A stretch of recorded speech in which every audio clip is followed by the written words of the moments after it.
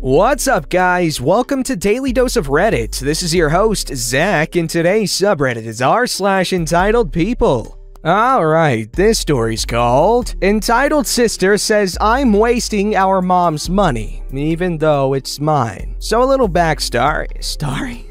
Sorry, this might be a long one. My older sister, the entitled person, 28, has always said something against me, 17, female. She always says that I'm the favorite child and that I'm a spoiled brat. She thinks I'm the favorite because Mom and I are always doing stuff together, like watching movies and TV shows and going out to big shopping centers together, and saying I'm a brat because I have all these new clothes, I'm a cosplayer, and how that's wasting all of Mom's money. One, Mom and I are always doing stuff together because we have common interests, and she's made the effort to watch some anime with me because I think she might enjoy a certain show. Two, I have, in total, maybe 20 different cosplay items. In total, counting wigs and uniforms and all that. And out of all of it, my mom only bought me 3 or 4 things, even after I insisted that I pay. 3, the money I get is all from saving up cans. Yeah, those 10 cents go all towards my hobby that I'm very passionate about. And Mom totally supports me because she sees how happy it makes me and will be there if I need any of her help. But when my sister was my age, she would be distant from the family and treat Mom with such disrespect. Even now, she continues to boss Mom around and even started stealing from me. A couple of months ago, she stole around 7 bags of cans, which would have been 50 to 60 bucks, which isn't much to some people, but for me, that was a huge dent in my allowance of getting my cosplays. She's also loudly announced to the whole family that I commit self-harm a few months ago during our little family get-together for our brother's birthday. Mom has tried to talk to her about it, but she keeps seeing her actions as okay. She's done worse throughout my life, but this post is already long enough. After all she's done, I've just started distancing myself from her. What should I even do about her?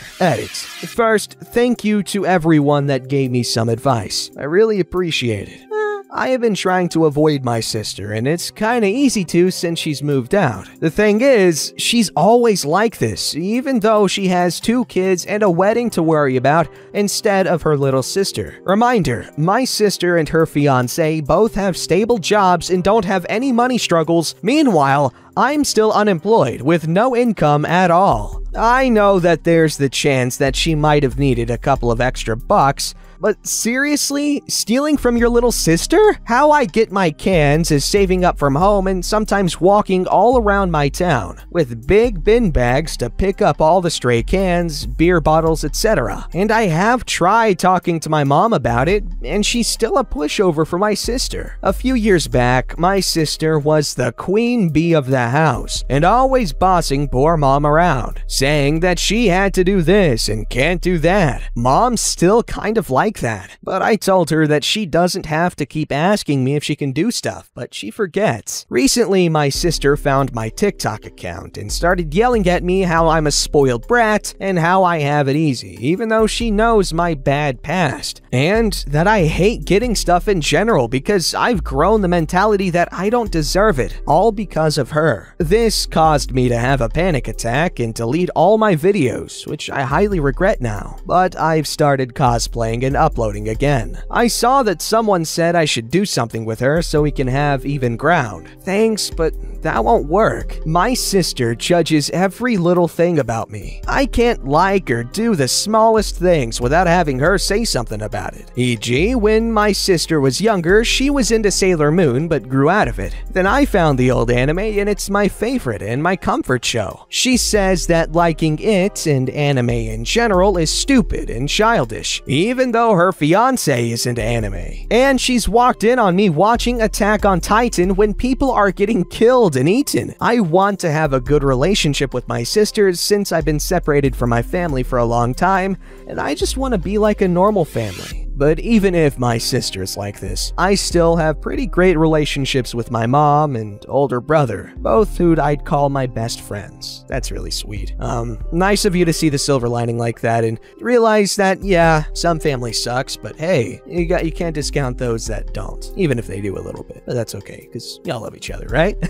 Alright, this story's called Entitled Brother Tried to Trick Me into Letting Him Live With Me. Just a heads up, this is a teal deer post. This happened around Christmas. My grandmother had died the previous year and my brother had been living with her. However, after being told before my grandmother died that the house would be sold, he refused to move out, saying, "I'm working on it." Not sure what he was working on, but it didn't look like anything whenever we came by to give him food. He has a job, yet never seemed to buy food. He always calls me up demanding some of mine or demands it for my mother. Well, Christmas, I was terribly ill. I had called out of work and wrote on Facebook that I didn't want to be bothered. The doctor said it was just a cold, but it was horrible. Whenever I breathed, I wheezed and rattled. I felt like I was in no fit state to do anything. However, my ever-loving family didn't accept sickness as a reason to skip Christmas. So my brother came and complained as he dragged me out to take me to our mother's. In the car, he smoked and said I was faking my sickness as I kept having coughing fits. He went on and on about how mom was selling the house right from underneath him, how the house belonged to him, how mom gave away grandma's car to our sister when it was his,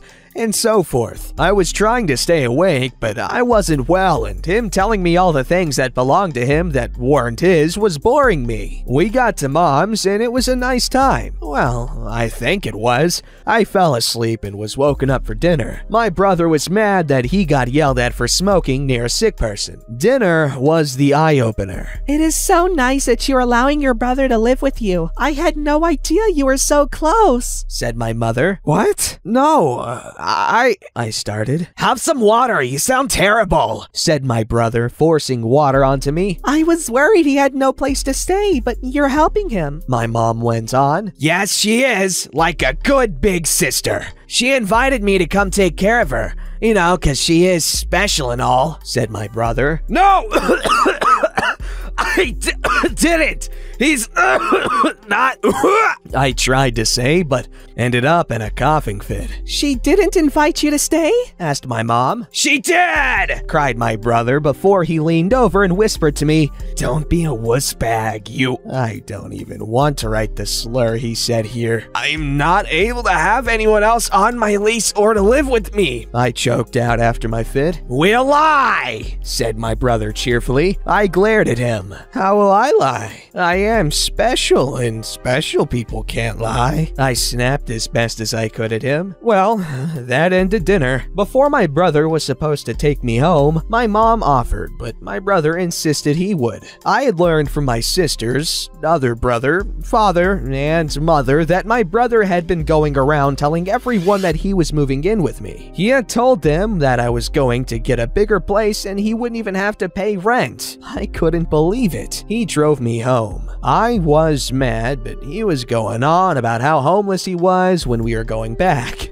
So stupidly, after he brought in the gifts from others to me, I allowed him to stay the night. I figured, it's Christmas. It is a nice thing to do after all. This was a terrible idea. He smoked, so my place smelt like a smoker's place. He blasted the TV even after I told him not to. The neighbors won't mind, he said. He raided my kitchen to the point I needed to go food shopping right away. And he wouldn't leave until I grabbed the phone and told him I was going to call the cops and then mom. After his visit, he kept telling people he was gonna live with me. I took longer to recover from the cold. And while cleaning up the mess he left, I found soot marks and even a needle full of strange stuff mixed in with my cat's toys. Mind you, I found that needle by the fact I almost got it in the foot. My home looked like a rock star trashed it. My friends came over and helped me finish cleaning. As the new year hit, my mom thanked me for helping my brother, and I told her I am not. I love him, for God's sake. I do love him, but he is not welcome to my home ever again.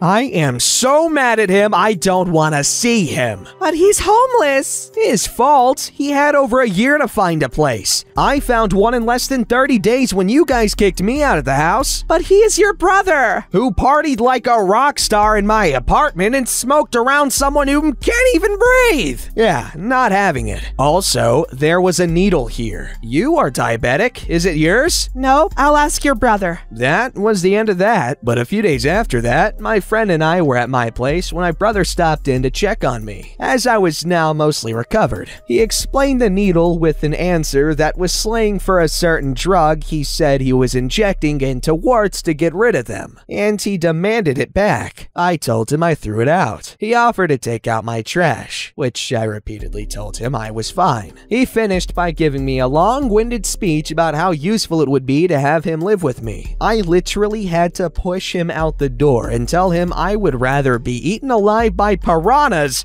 than ever live with him again, as he is a nightmare. As it stands, it has been about 9 months since then. He is now mooching off his friend and still telling anyone who will listen how he turned me down when I asked him to live with me. My mom is honestly getting a bit of a laugh out of it since my brother has been changing the story so much over all this time. I haven't seen him since I made him leave, and honestly, I am good with that. Sounds like an amazing attendee of your family reunion, right? Just the kind of person you'd want to have a semi-forced association with. Like, that's just ridiculous. This story's called Homophobic Karen Thinks My Friend Is My Girlfriend. We give her something to stare at. Oh. This happened late last year, in the good old days before Brovid. I was out having coffee with my best friend, who we'll call Jessica. I'm a 29-year-old female, and me and Jessica have known each other for most of our lives. We went through primary school together, and she's been there for me through thick and thin. Because of our long friendship, we're really close. Her 4-year-old son thinks we're sisters. We went to our favorite cafe in town, and not long after we arrived, 2 women sat at a table on the other end of the cafe and almost immediately began to glare at us. I should mention that my hearing is more sensitive than most people, so I can hear what most people can't. When the 2 women began talking about us, I could hear everything they were saying. They were far enough away that they thought we couldn't hear them. Jessica noticed them staring at us, but couldn't hear what they were saying. But she knew that I could. I'm not gonna repeat what the Karens were saying because they weren't nice things and don't deserve a reenactment. They thought that Jessica and I were a gay couple, which they had a problem with. I'm bisexual, which Jessica knows about, but she's 100% straight. Our friendship is purely platonic.